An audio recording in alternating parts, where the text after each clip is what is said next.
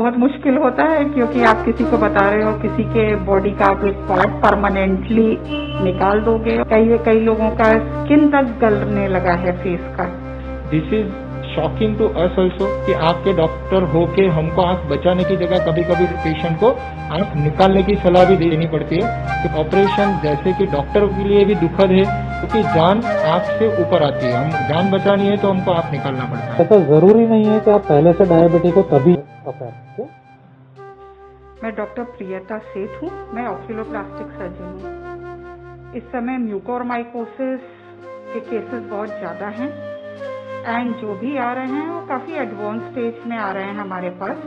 In spite of इतनी awareness, जो cases आ रहे हैं उनमें जनरली सबकी नज़र गई हुई है। किसी का आँख बाहर की तरफ आ रही है, कई तो ब्रेन इन्वॉल्वमेंट के साथ आ रहे हैं, कई लोगों का स्किन तक गलने लगा है फेस का। तो काफ़ी एडवांस स्टेजेस में ज़्यादातर पेशेंट्स आ रहे हैं। अगर फेज 2 की सर्जरी कहेंगे तो अराउंड 34 आईज हम लोग ने एक्सेंट्रेट करी हैं as of now, various ENT surgeons के साथ मिलके। ऑब्वियसली बहुत मुश्किल होता है क्योंकि आप किसी को बता रहे हो किसी के बॉडी का आप एक पार्ट परमानेंटली निकाल दोगे, और it's a very mutilating surgery basically, क्योंकि हम आंख में कुछ भी नहीं छोड़ते हैं। तो काउंसिल करना थोड़ा डिफिकल्ट होता है, लेकिन पेशेंट का जनरल कंडीशन इतना खराब होता है कि उन लोग को भी समझ आने लगता है कि इससे ही शायद इम्प्रूवमेंट आएगा। प्रोसीजर में क्या होता है कि कोई भी पेशेंट आता है तो पहले हमें उसको MRI करना पड़ता है कॉन्ट्रास्ट के साथ। एक बार कॉन्ट्रास्ट के साथ MRI करते हैं, उसमें अगर साइनसाइटिस आता है और उसमें हम लोग आँख का भी देखते हैं कि इन्वॉल्वमेंट है कि नहीं है। उसके बाद पेशेंट को एक साइनस डेब्राइडमेंट करके सर्जरी करवानी पड़ती है, जिसको फिर हम जो भी टिश्यू निकलता है लेबोरेटरी में भेजते हैं। लेबोरेटरी में वो प्रूव होता है, उसके बाद हम लोग फर्दर उसका सब आँख का और आगे का कि ब्रेन इन्वॉल्वमेंट है उसके हिसाब से। इसके अंदर हम लोग को ड्रग्स लेनी होती हैं, जिसको एम्फोटेरिसिन नाम की ड्रग होती है, उसकी भी बहुत वैरायटीज आती हैं। तो वो बहुत लंबे समय चलती हैं और काफ़ी एक्सपेंसिव भी होती हैं और आजकल मिल भी नहीं रही हैं। रोशनी जाती is not a criteria, but खर्च क्या होता है, अगर किसी को भी म्यूकोरमाइकोसिस हो जाए, सर्जिकल एक्सपेंस से ज़्यादा आपका दवाई का एक्सपेंस होता है, प्लस इन्वेस्टिगेशंस का एक्सपेंस होता है। क्योंकि जब भी आप एम्फोटेरिसिन या ये सब एंटी फंगल्स देते हो तो इलेक्ट्रोलाइट डिरेंजमेंट होता है, तो और किडनी पे भी असर आता है। तो आपको ऑल्टरनेट डेज उनके, या कभी कभी तो एल्डरली पेशेंट्स में तो आपको डेली उनको इन्वेस्टिगेट करना पड़ता है कि कोई इम्बैलेंस हो रहा है कि नहीं। ज़्यादातर ये सारा ट्रीटमेंट हॉस्पिटल में रह के होता है, तो ये क्यूमुलेटिव कॉस्ट बहुत हो जाती है बेसिकली। पर से हम ये नहीं कहेंगे कि सर्जिकल कॉस्ट हो जाती है, पर मेडिसिन काफ़ी लंबी चलती हैं तो वो कॉस्ट काफ़ी हो जाता है। I am doctor Dishant Shah, मैं एक ऑफ्थेल्मोलॉजिस्ट हूँ। जो कोरोना की दूसरी लहर है उसमें कम से कम 40-50 केसेस देखे होंगे, उससे भी शायद ज़्यादा देखे होंगे। पर ज़्यादातर केसेस में हमारा अप्रोच ये रहता है कि हो सके उतनी हम आँख को बचा लें। या तो माइनर इन्फेक्शन है तो अलग अलग तरीके के इंजेक्शन या एम्फोटेरिसिन बी जो अभी बहुत चल रहा है, और दूसरा कोर्टिकोनोजोल टैबलेट के फॉर्म में पेशेंट का हो सके तब तक आँख हम बचा लें, वही हमारा टारगेट रहता है। फिर भी अगर आँख में बहुत इन्फेक्शन बढ़ जाता है और आँख की रोशनी बिल्कुल चली जाती है, यानी ये समझो आँख में जब जान ही नहीं रहती, तो अगर हम वो आँख निकाल ले तो ब्रेन में जाने से हम 100% रोक सकते हैं वहाँ से। तो ये ऑपरेशन जैसे कि डॉक्टर के लिए भी दुखद है कि आपके डॉक्टर होके हमको आँख बचाने की जगह कभी कभी पेशेंट को आँख निकालने की सलाह भी देनी पड़ती है, क्योंकि जान आँख से ऊपर आती है। हम जान बचानी है तो हमको आँख निकालना पड़ता है। तो करीब करीब हमको 8 केस में आँख निकालनी भी पड़ी है। जो मेरे पास पेशेंट आए उनकी बात कर रहा हूँ। और इससे पहले अगर आप देखो तो कोरोना की जो फर्स्ट वेव थी उसमें भी ये केस देखे गए थे, उसमें भी 2 पेशेंट की हमको आँख निकालनी पड़ी थी, बहुत सारे केसेस थे उसमें से।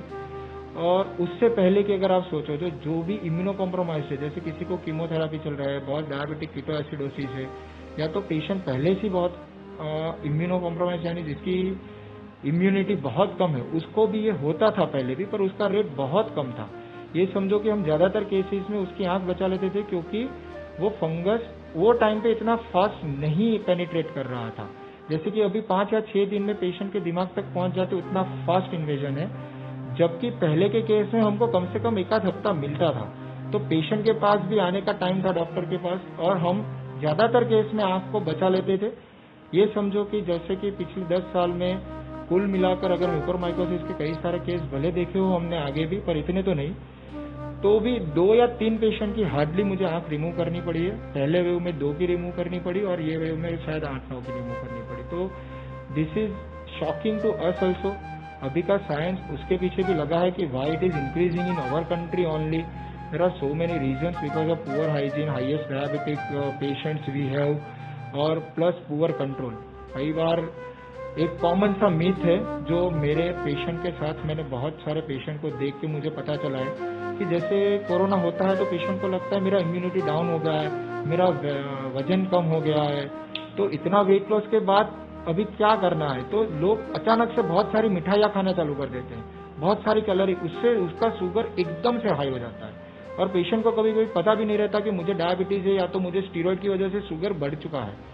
तो ये कभी कभी सीधा डायबिटिक कीटोएसिडोसिस में चला जाता है, और that is like nutrient for fungus. जैसे कि आयरन है, फेरेटिन लेवल भी कोरोना में बढ़ता है, जो फेरेटिन है, आयरन है, और ये ऊपर से डायबिटिक कीटोएसिडोसिस हो, तो ये सब मिल के वो फंगस के लिए एक न्यूट्रिशन बन जाता है, तो वो फटाफट से ग्रो कर जाता है।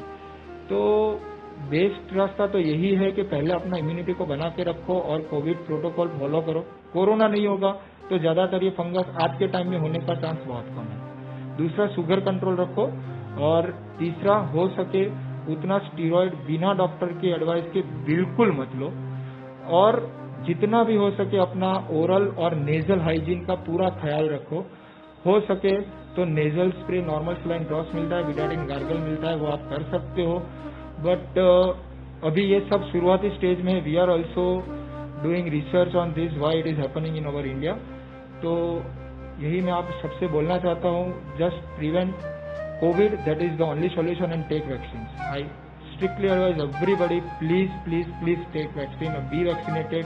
तो हम कोविड के कारण होने वाले Saurin Gandhi, oculoplastic consultant in Surat. I have operated more than 25 cases. इसमें मेन सलाह है कि कोई भी कोरोना या किसी भी और बीमारी की एटलीस्ट इस टाइम में खुद से ट्रीटमेंट ना करें। एमडी फिजिशियन क्वालिफाइड लोगों से ये ट्रीटमेंट ले, जिसके अंदर स्टीरॉइड्स वगैरह की ज़रूरत होने पे एटलीस्ट वो लोग के अंडर केयर में ट्रीटमेंट ली गई हो, ठीक है। वरना इसमें क्या होता है कि ओवर द काउंटर ट्रीटमेंट में स्टीरॉइड दिए जाते हैं, जिसके कारण शुगर अनकंट्रोल्ड हो जाती है, जो आपको पता नहीं रहता है। और ऐसा जरूरी नहीं है कि आप पहले से डायबिटिक हो तभी ये बढ़ेगा। ये नई डायबिटिक लोगों को भी नया डायबिटीज करा सकता है, कोरोना खुद भी और ये दवाई भी। इसीलिए फिजिशियन की care is utmost importance in this, ठीक है। इसमें खर्चे की बात मेनली सर्जरीज में नहीं होती है। ये जो होता है, ये दवाई बहुत महंगी आती है। जो हमारा लाइपोसोमल एम्फोबी करके आता है, एम्फोबी के वैसे 4 या 5 प्रकार आते हैं, लेकिन liposomal is considered the safest, जो किडनी को डैमेज नहीं करेगा।